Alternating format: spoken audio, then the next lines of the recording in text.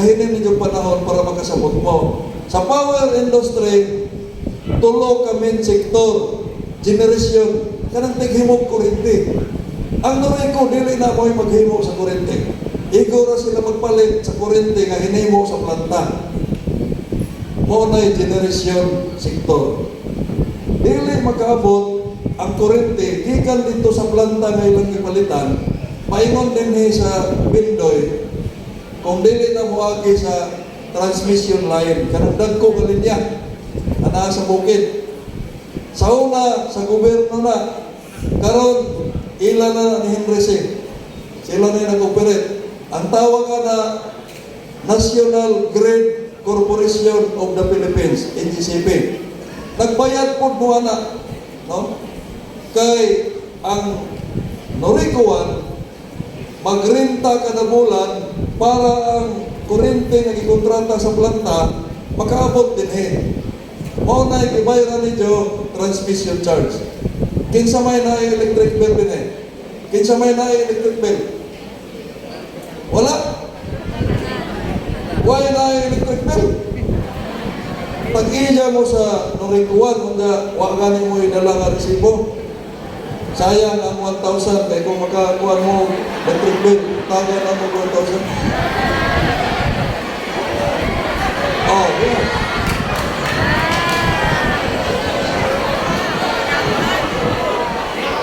Masara. Kaya ngayon congressman, pobre, lineman ako. Ang mga taga-Noricon, himalo sila, lineman ko. Sabi daw, ang ilang tawag sa ako, JM rin hapon, JM lagi kayo. Hindi ko maana na lang tawag ko congressman. Ang ako una-una ron, lineman paghihapon ko. So, kung makita ninyo sa inyong electric bill, i-itemize ng bayaranan. Mahalat malangan, tagadali, no?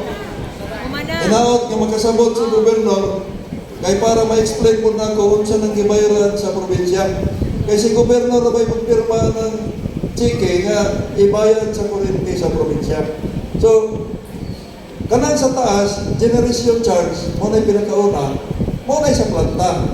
Kung pilay palit na to dito, maura po na'y baligya ng Noricon. Dili ganun na dugangan, bisag 1 centavo, dili po kuhaan.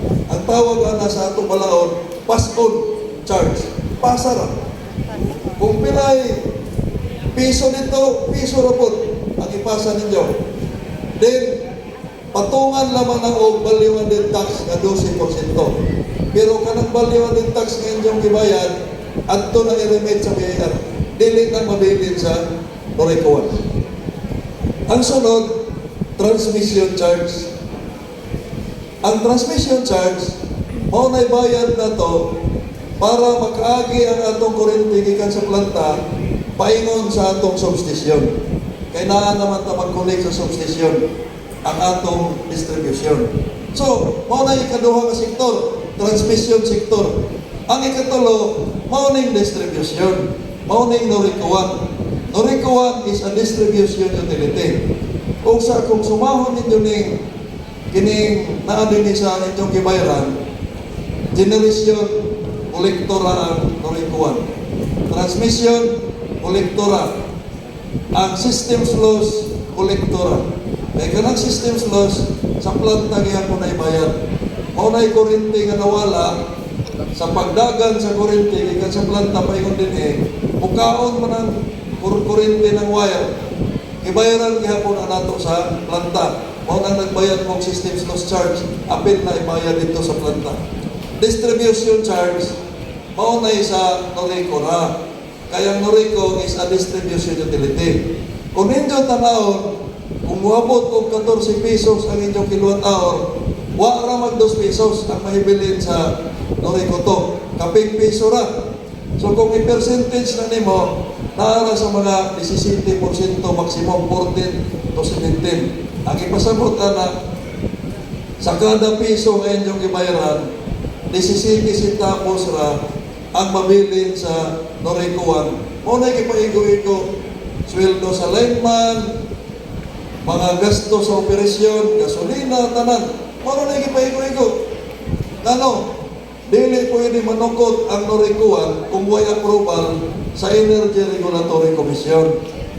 Ang taripa sa norikuan nag-i-approve 2009 pa. Kapila na mag-increase ang atong gasolina, etc. Wa mag-apply o rate increase ang norikuan.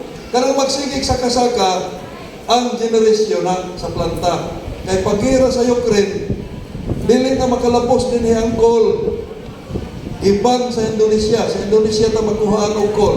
Diesel, puro imported. Pagmahalan to, pumahan po ng generasyon.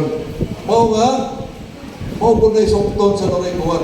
Pero mabili na sa norikuan, kanarang 14 kadto sa 17 centavos kada piso.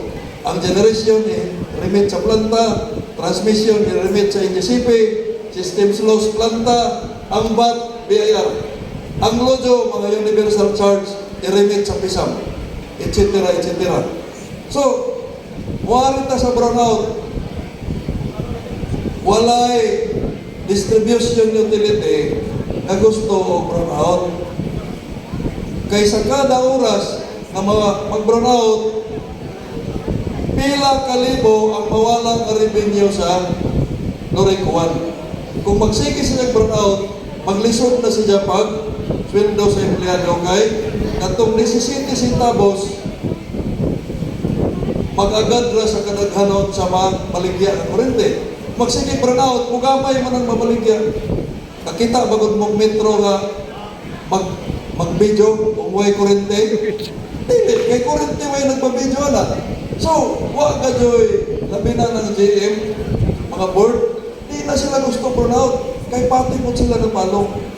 Kung sa agaw mo pagpagutot, kaya sa tinoray, wa ko mamuy-moy, kung wa pa makaabot ang norikuan, hindi, aning dapita, amoy suga sa una?